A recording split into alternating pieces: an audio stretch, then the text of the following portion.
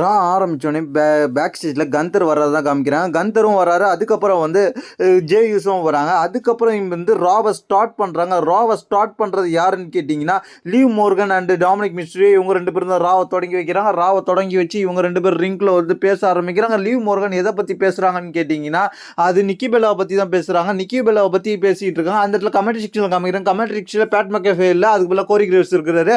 இந்த இடத்துல நிக்கி பெல்லாவை பற்றி இவங்க பேச ஆரம்பிக்க, நிக்கி பெல்லா ஒன்னால் செய்ய முடியாதது, நீ டேக் டீம் டிவிஷனில் இருந்திருக்கலாம், ஆனால் டேக் டீம் சாம்பியனை அதிக முறை வின் பண்ணி ரெக்கார்டு படைச்சது நான் தான். 4 முறை வின் பண்ணி ரெக்கார்டு படைச்சிருக்கிறேன்.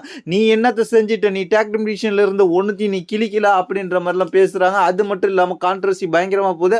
அது மட்டும் இல்லாமல் இவங்களுக்குள்ளே பேசிக்கிட்டு இருக்காங்க. நிக்கி பெல்லாவை தாக்கி பேசுகிறாங்க. ஏன்னா நிக்கி பெல்லாவுக்கும் இவங்களுக்கும் எவால்யூஷனில் ஒரு மேட்ச் வர மாதிரி தெரியுது, அதுக்காக தாக்கி பேசுகிறாங்க. அதுக்கப்புறம் ஐஎஸ்கை வருவாங்க. ஐஎஸ்கை வந்தோடனே என்ன பண்ணுவாங்கன்னு கேட்டிங்கன்னா, நிக்கி பெல்லாவை பற்றி பேச உனக்கு தகுதி இல்லை, நிக்கி பெல்லாவை நீ மதிக்கலை, நிக்கி பெல்லாவை நீ டிஸ்ரெஸ்பெக்ட் பண்ணுற, அதெல்லாம் தப்பான விஷயம் அப்படின்ற மாதிரி சொல்லுவாங்க. நீ அதை மாதிரி தான் நடத்துகிற, அதனால உனக்கு சரியான பாடம் புகட்ட போகிறேன்னு சொல்லிட்டு அவங்கள்ட்ட வச்சிருந்த வேர்ல்டு ஹெவி சாம்பியன்ஷிப்பை தூக்கி அப்படியே லீவ் மோர்கன் தூக்கி போடுவாங்க. அது தூக்கி போனால் அதை கேட்ச் பண்ணோன்னே லீவ் மோர்கன் ஜம்ப் பண்ணி ஒரு அட்டாக் பண்ணுவாங்க. அட்டாக் பண்ணிட்டு ஒரு கிக் விடுவாங்க. அதுக்கப்புறம் என்ன நடக்கும்னு கேட்டிங்கன்னா, டாமினிக் மிஸ்ட்ரியோ லீவ் மோர்கனை வெளில அனுப்பிட்டு இருப்பாரு, பாதுகாத்துக்கிட்டு இருப்பாரு. அந்த இடத்துல டாமினிக் மிஸ்ட்ரியோக்கு ஒரு கிக் வச்சு இந்த இடத்துல வந்து பயங்கரமாக டாமினேட் பண்ணி என்ஜாய் பண்ணி செலிப்ரேஷன் பண்ணுவாங்க. இதில் வந்து லிவ் மோர்கனும் டாமினிக் மிஸ்ட்ரியும் அடிபட்டு ஓடிடுவாங்க. இந்த இடத்துல இதுதான் நடந்துச்சு ஃபர்ஸ்ட் செக்மெண்ட்டாக. அதுக்கப்புறம் என்ன நடந்துச்சுன்னு கேட்டிங்கன்னா, அடுத்த ஸ்டெப்னி வாங்கியர் வந்திருந்தாங்க. அதுக்கப்புறம் என்ன நடந்துச்சுன்னு கேட்டிங்கன்னா, ஒவ்வொருத்தவங்களா வர ஆரம்பிச்சிட்டாங்க. லீவ் மோர்கன் போனதுக்கப்புறம் ரெக்யூர் ரண்ட்ரைக்கில் வருவாங்க. அதுக்கப்புறம் அவி வருவாங்க. அதுக்கப்புறம் வந்து யார் வருவான்னு கேட்டிங்கன்னா ஆஸ்கா வருவாங்க. இவங்க 4 பேருக்கும் ஃபேட்டல் 4-வே match queen of the ring டோர்னமெண்ட்டுக்காக நடந்துச்சு. இந்த மேட்சை பொறுத்த வரைக்கும் எல்லாருமே நல்லாவே பர்ஃபார்மன்ஸ் பண்ணாங்க. இந்த மேட்ச்சில் ஒரு கட்டத்தில் தன்னோட ஃபினிஷரை போட்டு ஸ்டெப்னி வாங்கியரை பின் பண்ணி வின் பண்ணிடலாம் அப்படின்ற மாதிரி யார் நினைப்பான்னு கேட்டிங்கன்னா ரெக்யூர் ரண்ட்ரைக்கில் பின் பண்ணிட்டு இருப்பாங்க. 2 கவுண்ட் பண்ணோன்னே ரெக்யூர் ரண்ட்ரைக்கில் ஒரு ஆள் இழுத்து வெளில தள்ளுவாங்க. அது யாருன்னு கேட்டிங்கன்னா ரீகே ரிப்ளே ரெக்யூர் ரண்ட்ரைக்கில் வெளில தள்ளி பயங்கரமாக அட்டாக் பண்ணுவாங்க. அட்டாக் பண்ணோன்னே ரெக்யூர் ரண்ட்ரைக்கில் அட்டாக் பண்ணி உள்ள தள்ளுனே அந்த இடத்துல என்ன நடக்கும்னு கேட்டிங்கன்னா, ஆஸ்கா இதுதான் சந்தர்ப்பம்னு சொல்லிட்டு ஆஸ்கா பயன்படுத்தி ரெக்யூர் ரண்ட்ரைக்கில் முடிச்சு விட்டு வின் பண்ணிடுவாங்க. ஆஸ்கா பின் பண்ணி வின் பண்ணிடுவாங்க. ரன்னிங் அட்டாக் ஃபினிஷரை போட்டு வின் பண்ணிடுவாங்க. வின் பண்ணதுக்கப்புறம் ஆஸ்கா வந்து குயின் ஆஃப் த ரிங் டோர்னமெண்ட்டோட செமிஃபைனலில் அலெக்சா பிளிக்ஸை சந்திக்க போகிறாங்கன்ற மாதிரி இப்போ கன்ஃபார்ம் ஆயிடுச்சு. அதுக்கப்புறம் என்ன நடந்துச்சுன்னு கேட்டிங்கன்னா, பேக் ஸ்டேஜில் ஜட்ஜ்மெண்ட் டே வந்து டேக் டீம் டைட்டில்ஸுக்கு மோதலான்ற மாதிரி பிளான் பண்ணிட்டு இருப்பாங்க ஃபின் பாலரும் ஜேடியும். ஆனால் வந்து என்ன பண்ணியிருப்பாருன்னு கேட்டிங்கன்னா, டாமினிக் மிஸ்ட்ரியோ ஜேடிக்கு வந்து ஒரு மேட்சஸ் வாங்கி கொடுத்துருப்பாரு, ஏஜி சேல்ஸோட ஒரு மேட்சை வாங்கி கொடுத்துருப்பாரு. அதுக்கப்புறம் வந்து கந்தர் வருவார். கந்தர் ரிங்குள்ளே வருவார். ரிங்குள்ளே அந்த பெல்ட் எடுத்துகிட்டு வந்து சாம்பியன்ஷிப்பை செலிப்ரேஷன் பண்ணுற மாதிரியே வருவார். வந்தோடனே கந்தர் வந்து அந்த சாம்பியன்ஷிப்பை தூக்கி காமிச்சுட்டு வெட்டிலாம் வெடிக்கும். அதுக்கப்புறம் கந்தர் பேச ஆரம்பிப்பார். கந்தர் என்ன வீழ்த்த முடியாது அப்படின்ற மாதிரி பேசிட்டு இருப்பார். இனி யாராலையும் சொல்லிட்டு இருந்த இடத்துல கோல்டுபெர்க் மியூசிக் வரும். கோல்டுபெர்க் வரப்போறான்ற நம்ம ஏற்கனவே நம்ம சேனலில் கன்ஃபார்ம் பண்ணி சொன்னதுனால அதே போல் இந்த ராவுக்கு கோல்டுபெர்க் வந்திருந்தார். கோல்டுபெர்க் வந்து என்ன பேசுறதுன்னு கேட்டிங்கன்னா, கந்தர் நீ ரொம்ப ஆடிட்ட, உன்னை தீக்க வேண்டிய கணக்கு உனக்கு இருக்கு, அந்த கணக்கில் நான் உன்னை தீக்க போகிறேன் அப்படின்ற மாதிரி சொல்லிட்டு கந்தரை வந்து சேலஞ்சு பண்ணுவார். கந்தரை வந்து சேலஞ்சு பண்ணோடனே கந்தர் அப்படியே வெளில போயிடுவார். கந்தருக்கு கோல்டுபெர்க்குக்கும் மேட்ச் கன்ஃபார்ம் பண்ணுவாங்க. எங்கன்னு கேட்டிங்கன்னா சாட்டர்டே நைட் மெயின் ஈவெண்ட்டில் கன்ஃபார்ம் பண்ணியிருப்பாங்க.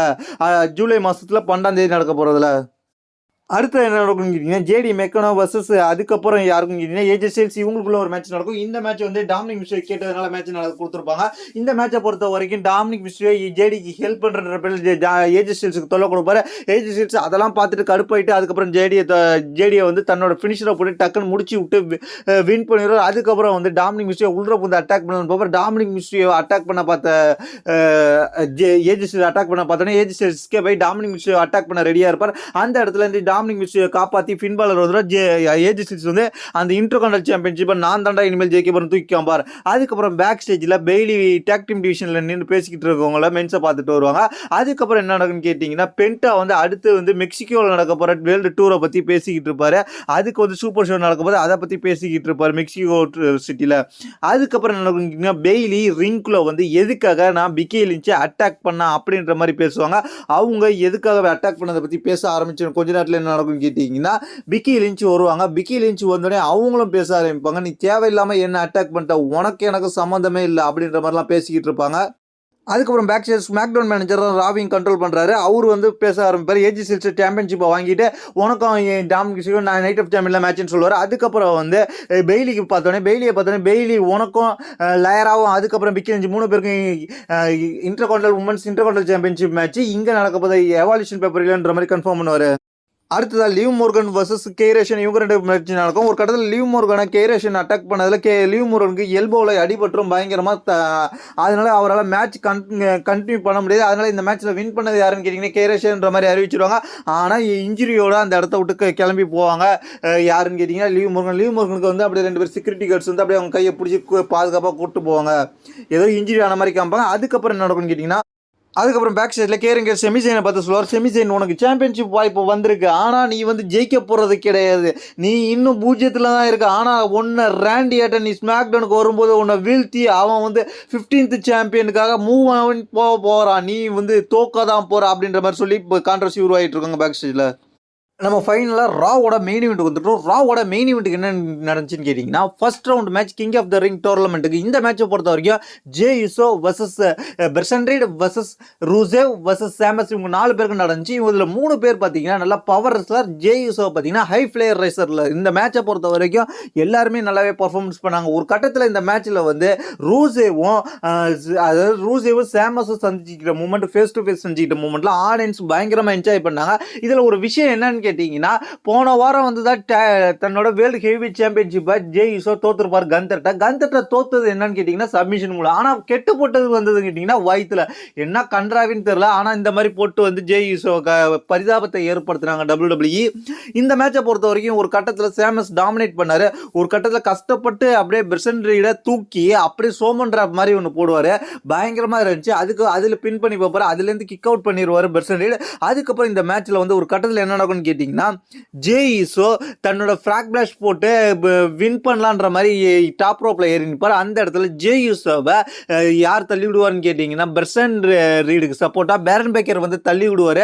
தள்ளி விட்ட உடனே கீழே விழுந்துடும். அதுக்கப்புறம் வந்து ஜே யூசோவுக்கு சப்போர்ட்டாக யாரும் வருவாங்கன்னு பார்த்தா அந்த இடத்துல செமிசைன் வந்தார். செமிசைன் வந்து ஜே யூசோவுக்கு சப்போர்ட்டாக வந்து பேரன் பேக்கரை அட்டாக் பண்ணுறார். பேரன் பேக்கர் கொஞ்சம் டாமினேட் ஆனால்ன்றது நிரூபிக்கும் விதமாக ஹெல்வா கிக்கு போட வந்து தன்னோட ஹெல்வா கிக்கை விட்டுறலாம் அப்படின்னு செமிசைன் ஒடியாரு.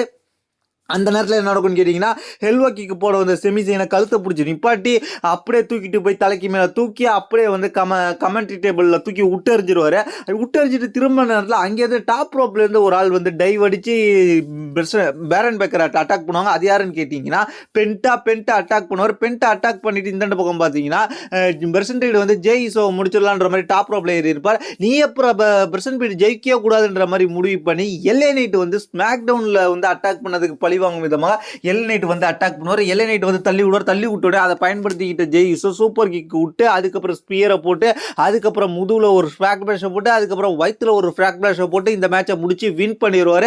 வின் பண்ணி செமிஃபைனலுக்கு செலக்ட் ஆகிடுவார். கோடி ரோட்ஸோட அடுத்த வாரம் மேட்ச் நடக்க போகுது ராகுலா அப்படின்ற மாதிரி கன்ஃபார்ம் பண்ணிடுவாங்க.